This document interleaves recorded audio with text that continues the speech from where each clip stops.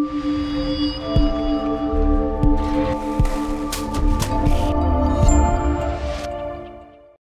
right. Hello, good afternoon, and welcome to the Middle East Forum's weekly podcast series. My name is Anaf Kalam, and I will be moderating today's discussion. We are pleased to be joined by Michel Gurfinkiel, a Milstein Writing Fellow at the Middle East Forum and the president of the French think tank, the Jean-Jacques Rousseau Institute.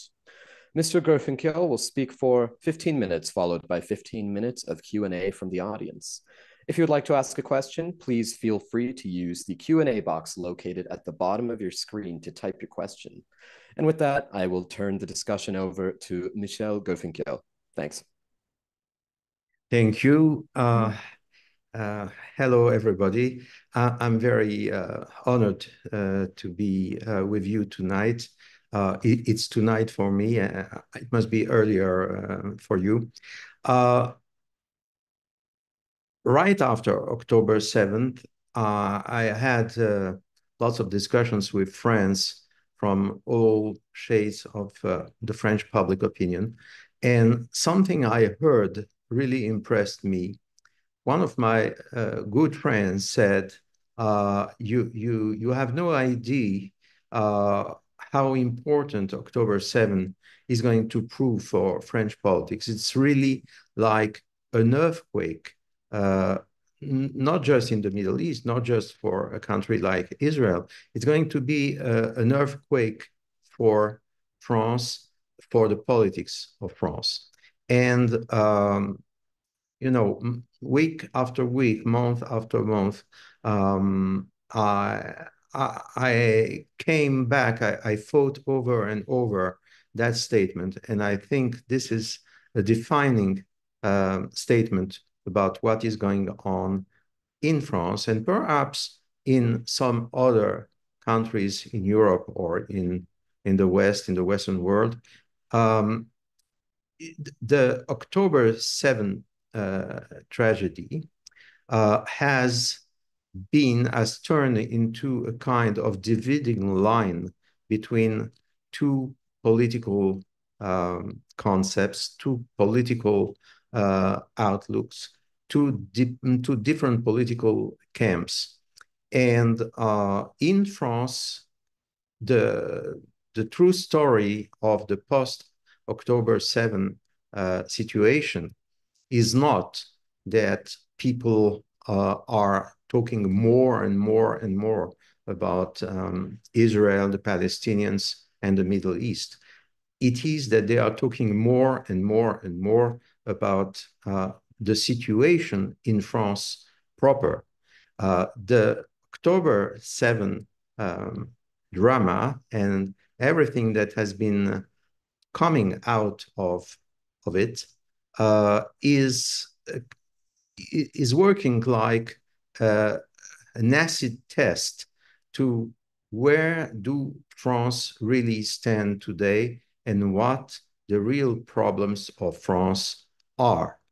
And the answer is very simple. October 7 has simply made clear that the real problem of France is the enormous impact of an enormous, massive, non-European and largely radical Islamic immigration to this country. This can be understood in many ways, but everybody in France knew that the country was undergoing tremendous changes. Everybody knew that the face of the country was going to be very different from everything we may have in mind. Actually, I wrote a piece for the Middle East Quarterly a long time ago in 1997, a piece called, if I recall it well, France, the French way, is the French way of life under threat, or is it endangered, or something like that. It was a piece on the impact of Islam, a growing Islamic community in France, the impact of what was already a very considerable Islamic immigration, the impact that all these things were having over the very fabrics of French society, and I would say of French ethnicity. Today, what had been matter of speculation 30 years or 35 years ago is an everyday reality for any person living in France or visiting France. Let us discuss a few figures. In my piece in 1997, I remarked that under law, there were no ethnic nor religious statistics in my country. There might be excellent reasons why such things were not deemed to be legal. But naturally, it led to a situation where any mention, any reflection of the impact of immigration was very difficult to ascertain. So by that time, there was an ongoing discussion as to whether there were the Muslim population in France was closer to 3 million people out of, at that time, less than 60 million people, or closer to 6 millions. There were even people that were talking about a much bigger figure. I tried to analyze the various sources, and my personal opinion was somewhere in the middle. So I tended to think that there was probably, and that was a kind of a very conservative figure, something like 4 to 5 million Muslims already in France. Nowadays, which means almost 30 years later, we have, again, a discussion. When you ask pundits, when you are looking for figures, you will find lots of sources saying that there are no more than 5 to 6 million Muslims in France out of a population which has grown tremendously and which is now closer to 70 million people. But other people think that the real figure should be much above 6 million, closer to 8 million, and even beyond 8 million. My personal guess, using exactly the same reasoning that I had about 30 years ago, is that we are probably now above 10 million Muslims out of a global population of, as I said, close to 70 million people in France. This enormous growth of the Muslim community in France should be truly assessed in a very different way. You should remember that in 1970, there were about 1 million, some other people would say 1 million enough Muslims in France, either citizens of France or immigrants or foreign workers and temporary foreign workers. So if you accept the figure, which I think is not exaggerated at all, of about 10 million Muslims today in France, the increase has been enormous. It has been over a period of 55 years, close to or superior to 1,000%, which is totally enormous. When you listen to everything which is written and discussed in France about immigration, there is a consensus that over the past 10 years, there has been a yearly immigration, legal immigration of over 200,000 people. And there has been also an illegal immigration of probably the same amount of people. So we are close to 400,000 or maybe 500,000 people who come either legally or illegally to France every year. The vast majority of those immigrants are coming from Islamic countries, North Africa, Muslim sub-Saharan Africa, or the Middle East countries like Turkey, like the Islamic Levant, or other countries in the Middle East. And this is bound to change dramatically, as I said, the very face and the very fabrics of French society. Now, let me insist on one thing. One thing is that France is probably the least racist and the most open-minded country in the world when it comes to race, religion, or immigration. In that respect, France is, I believe, much more liberal than any country in Europe, and perhaps to a point even more liberal than many places in the United States. Most immigrants from most countries until recently used to assimilate very handsomely in the French mainstream.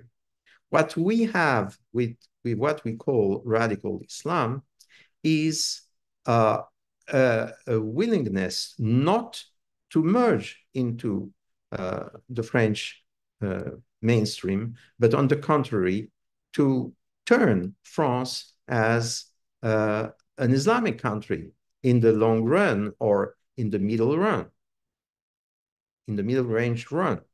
So this is creating a very special situation, very special situation. In a few words, most Muslims in France say that they put Islamic values above the values of the French Republic and of French civilization. Most of them say that when they vote in the French elections, they tend to vote according to what they perceive as the global interest of the Islamic community. Most of them tend to support without restriction the Palestinian cause, including the Hamas attack on Israel on October 7. Most of them tend to support, to a proportion of, I would say, over 60%, the most extreme anti-Israel, anti-Semitic, and also in a large way, anti-French political parties in France. We have, we used to have in France anti-Semitism, vestigial anti-Semitism on the right.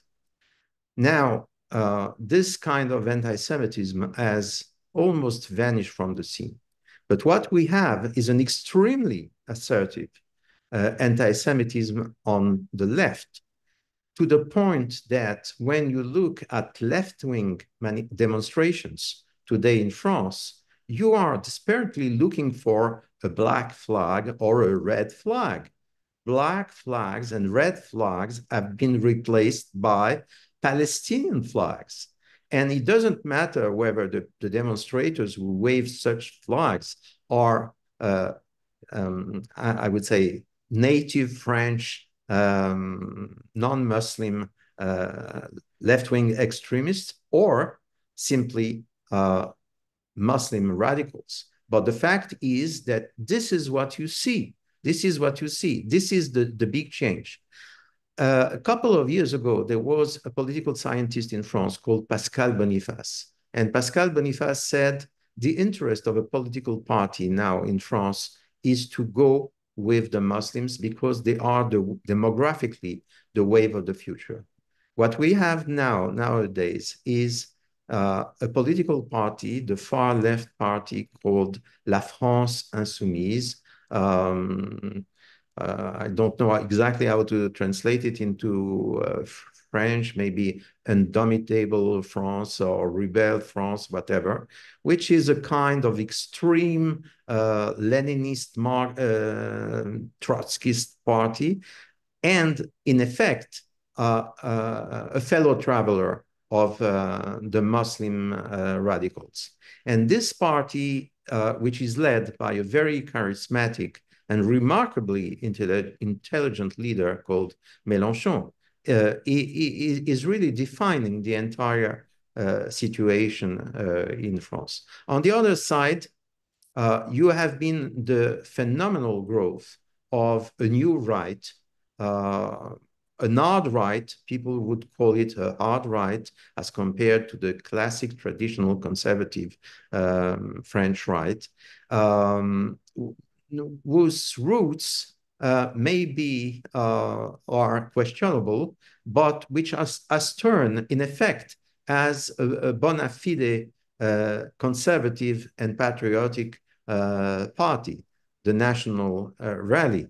And the last elections we had, the European elections and then the general elections, have shown a tremendous transformation of French politics, a polarization by which, in terms of votes, in terms of proportional vote, of popular vote, the new right is now the dominant force in France, except that the electoral law for the general election is simply turning this popular majority into a relative minority in parliament. This is a very strange situation. And I mean, the French Jewish community, as maybe be described as a little bit more conservative and right-wing than the American Jewish community, for good reasons, because they have been exposed to this terrible drift for more years than American Jews. But still, many of them sometimes have some difficulty to align with the new right. But on the other hand, the only place where now they may feel at home is the new right. The only media group which is really and truly supportive of Israel and supportive of the French Jewish community is the Bolloré Group, which is remarkable media group, extremely sophisticated, extremely intelligent and smart, but which aligns very clearly with the new right rather than with anything else in France. So this is the situation that we are witnessing in France nowadays. And now I'm ready to answer any questions that you might be willing to ask. Right. Well, thank you very much for that presentation, Michel.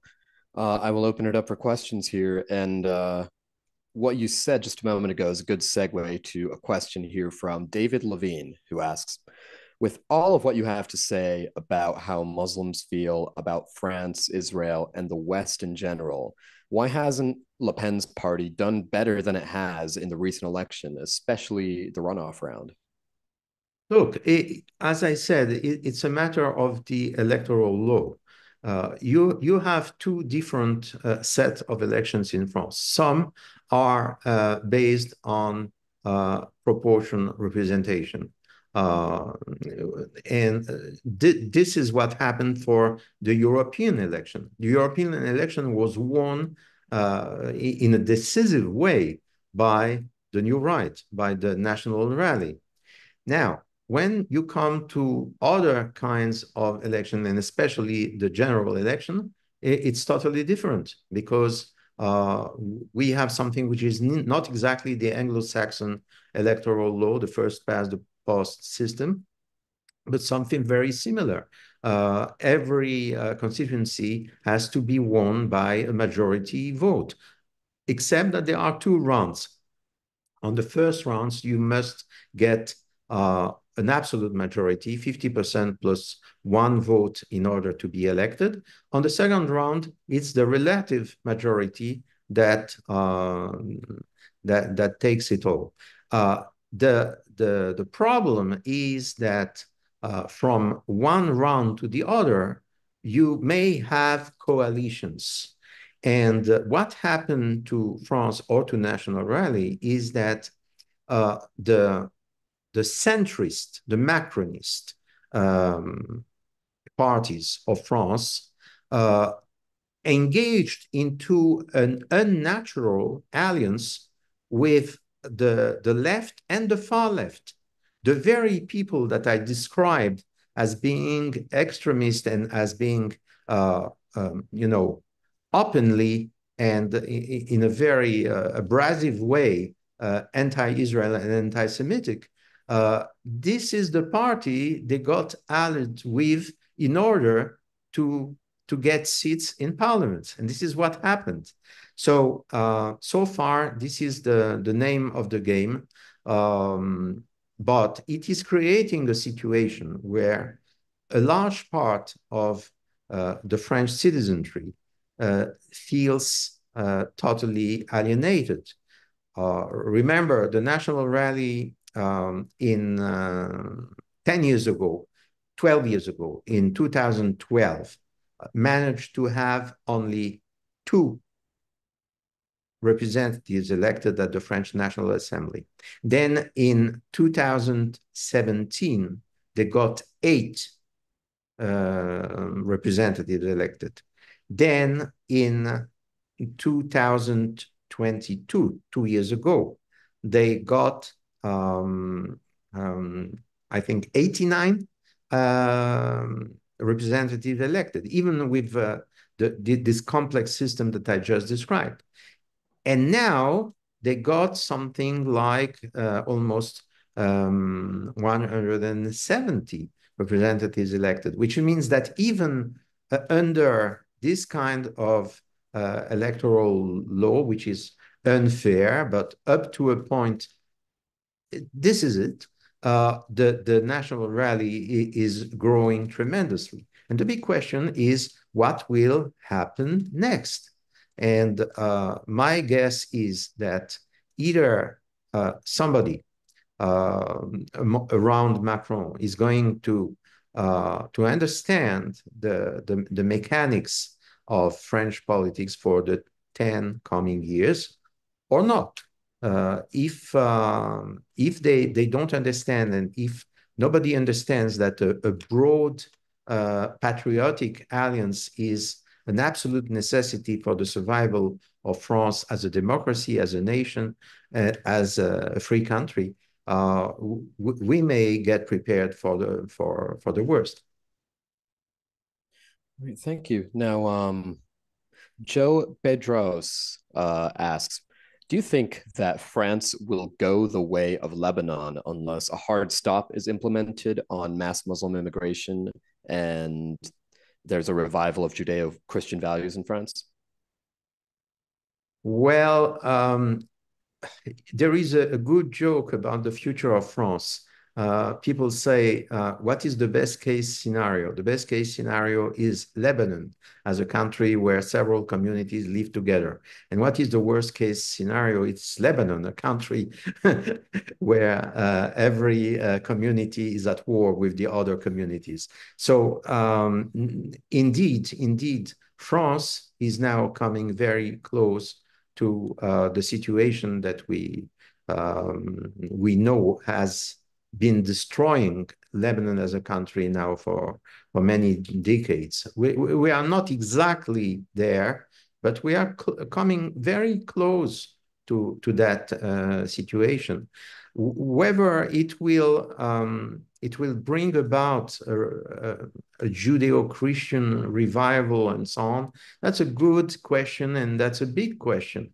I must say, and this is not a very reassuring situation at all, that there has been a phenomenal decline in Christian, or more specifically, Catholic religious practice in France.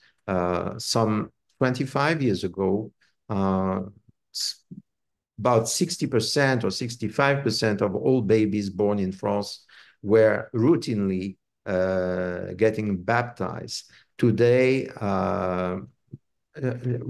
just something like a little bit above 30% of all babies. Then you have what I must describe as a kind of suicide mood, which is pervading many of the traditional European, Judeo-Christian, native French, a situation where the actual birth rate is extremely low, certainly closer to one child per woman than to two children per woman. A situation where, according to very recent statistics, 1/3 of all women in age of having children say they don't want to have children. On the other side, you have a Muslim community whose birth rate is higher in France than in Muslim countries. And it is higher for many reasons. And one reason is simply that for the time being, the extensive welfare state of France, which is one of the liberal glories of this country, is working on behalf of those people who want to have children. And who is going to have children? Not just Muslims, radical Muslims. When I again and again, I must repeat, when I speak about Muslims, I must qualify saying radical Muslims, because there is a minority, but a very courageous minority of Muslims, including some religious Muslims, that are not radical in France and that are supportive of France as a democracy, and supportive, for instance, in the wake of October 7th, supportive of Israel in its move to self-defense. Okay, thank you. Now, we have unfortunately reached the end of our podcast for the week. I wish we could get to all of these questions here, as I myself am a bit of a Francophile, and this is a very interesting topic. But to our viewers, I want to thank you for all your participation, and to you again, Michel, for taking the time to join us this week. My pleasure indeed. Now, is there anywhere where our viewers and listeners can go to follow more of your work? Well, I'm a contributing editor for the New York Sun, so you can easily follow me on the New York Sun. And I'm in the process of reorganizing a little bit my, uh, my, my my public communication. So more will come soon in this respect. All righty, great. Um, Now, for our viewers and listeners, please join us this Wednesday for our Israel Insider podcast with Ashley Perry. We thank you all again for joining us, and I hope you all have a wonderful day. Thanks.